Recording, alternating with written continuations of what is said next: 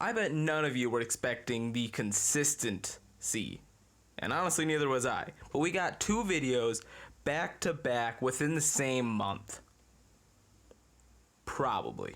I don't really have much to say in this intro, but I still like these little face to faces, so I'm probably going to keep doing them. Even if they're like 30 seconds long. At the time of recording this, The World Ends With You Neo came out about 2.5 weeks ago, so I'm kind of trying to carry on that hype with my own World Ends With You video. The World Ends With You is one of my favorite games that I played back when I was a little itty bitty youngin', and I've loved it ever since. And I've been waiting for the sequel for God knows how long, and we finally got it. So I figured we'd do a video about it. And if you haven't played these games, definitely go buy them, but I'm assuming you have because you clicked on the video. So to not waste time, it's my top 5 favorite pins from The World Ends With You. Yeah, I need a fucking haircut. Starting off at number 5, we have the Harmonizer pin. I didn't see that one coming, did ya? The Harmonizer pin isn't one of the normal pins that you'll see on this list, but we're counting it. My reasoning comes from my most recent playthrough of The World Ends With You with my friend Luis. Given that in co-op the game basically beats itself, we thought about spicing it up with a little level 1 no equipment action and made it not that much harder, but hard enough that the use of the Harmonizer pin became crucial to beating bosses. Given that your health is so low at level 1, if you don't throw Neku around like a ragdoll with enough dexterity, you get in the range of dying really freaking quick. And with limited healing, it's crucial that you gain some health with your team attacks, while also doing enough damage to not look stupid in front of the Reapers. Whenever one of us said, "I'm using it," we both knew it was time to focus the hell up and be on our A game to get the highest score with whatever strategy we had for the combo at the time, Shiki being hands down the most fun. So when I think of the Harmonizer pin, I think of intensity, fun, and teamwork with my best mate. And that's why it's in my top 5. Alright, at number 4, we have Masamune.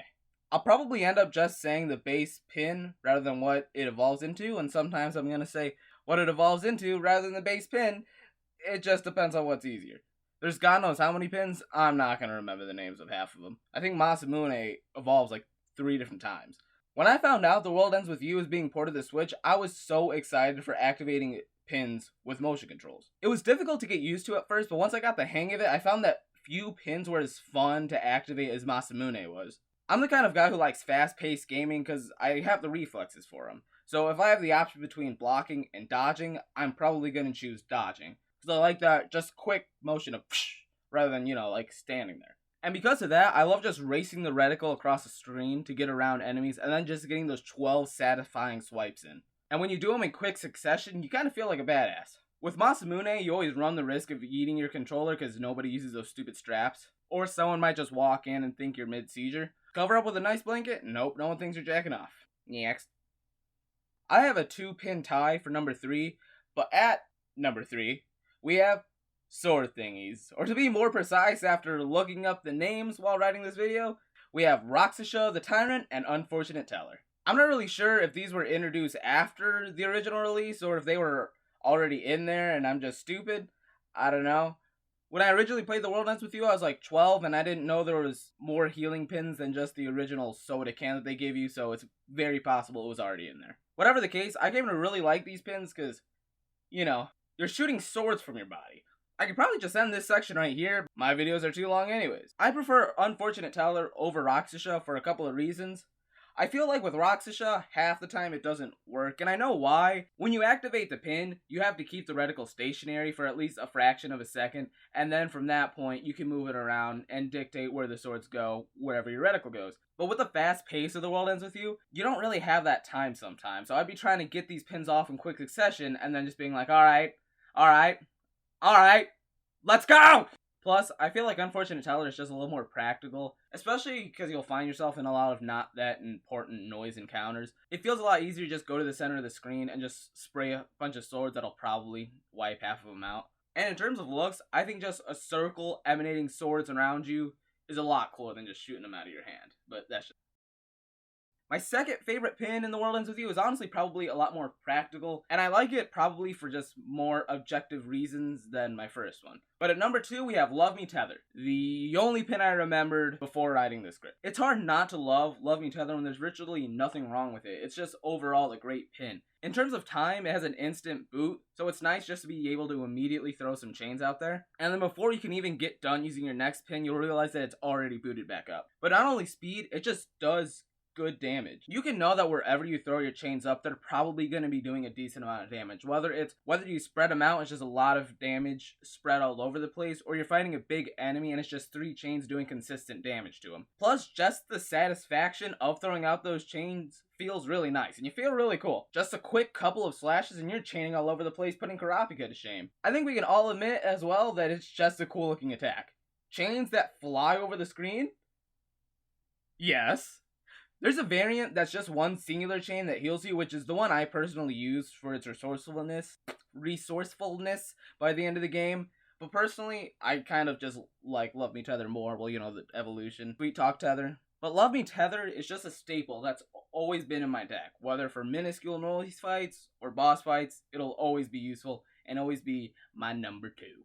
And for my number 1 pin, I've chosen Ice Blow. Ice Blow is an example of just an all-around good. Like, sure, it's not the best out there, but it gets the job done. It's not the flashiest, but it looks cool. It's simple, useful, and all around the definition of a good pin. Yeah, it's a simple attack, but that's not exactly a bad thing. There's something nice about just giving a quick swipe and creating a wall of ice cycles. It's no wonder that's like all Todoroki does. 3 different anime references in one video? We've reached the pinnacle of disappointing parents. I know this whole video I've been talking about just how satisfying some of these pins are, but Ice Flow, it is really satisfying to just swipe up, look up, and notice that nothing happened, because for some reason, I just can't get the hang of triggering it. But for posterity's sake, I kept it on my team. Ice Flow is one of those pins that will help you out through like 75% of the game. It's a pin that you'll probably get early on, and it'll probably go with you throughout the game, but it's not good enough to be in the final boss. And that's normally what it was for me. I have nostalgia with Ice Blow from playing it as a kid. It was one of the few pins I remember using on the Nintendo DS, but I thought it was really cool. And once again, did it end up on the final boss team? Hell no.